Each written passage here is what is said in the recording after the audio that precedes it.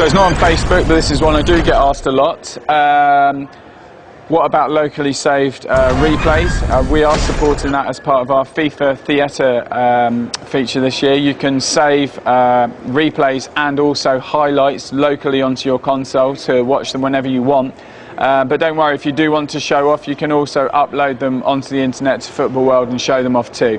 And you'll be pleased to hear this is for offline gameplay as well as online. So if you're playing a game against one of your friends online, you can save the amazing goal you've scored against him, keep it locally, brag about it on Football World as well.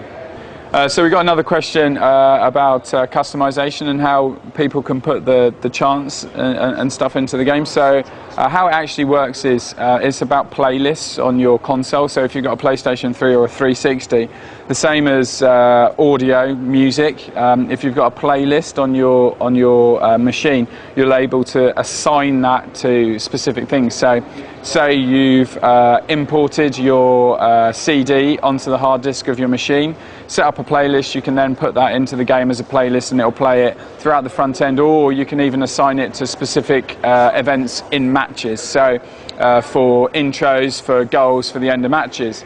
The same applies for chants. So if you have a specific chant you like, if you can find it on the internet somewhere, you can burn it onto a CD and then import it via the kind of first-party software which allows you to record a CD onto your hard disk, make it into a playlist, and then you can assign that playlist to every team in the game, an individual team, or every team within a league. So it's pretty simple and straightforward to do, and allows you to do whatever you like. Don't worry about being offended by people putting rude things into their game, because you can't share it. So it's only local to what you've done. You haven't got to worry about what people have done on their machines. So I get asked a great deal about ping pong passing. I am a ping pong passer, I confess.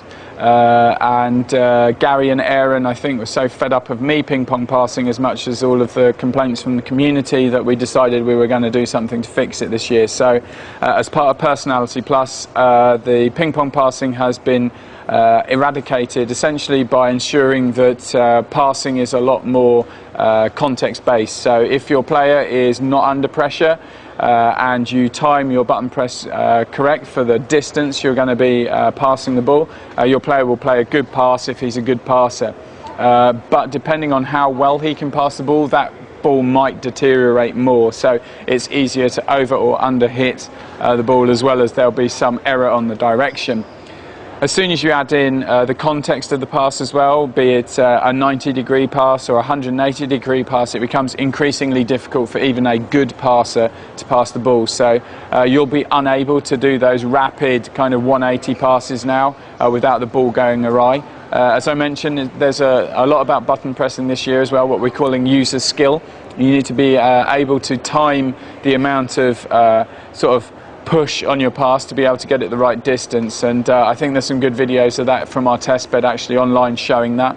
The idea really is to make sure that, you know, good passers can pass the ball well as long as they've got time to pass and they're trying a sensible footballing pass, but that will deteriorate based on abilities as well as, you know, the amount of pressure or the direction you're trying to pass in. So another question getting asked a lot about is the chip shots. So in FIFA 10 it was relatively easy to, in one-on-ones with the keeper, chip the keeper.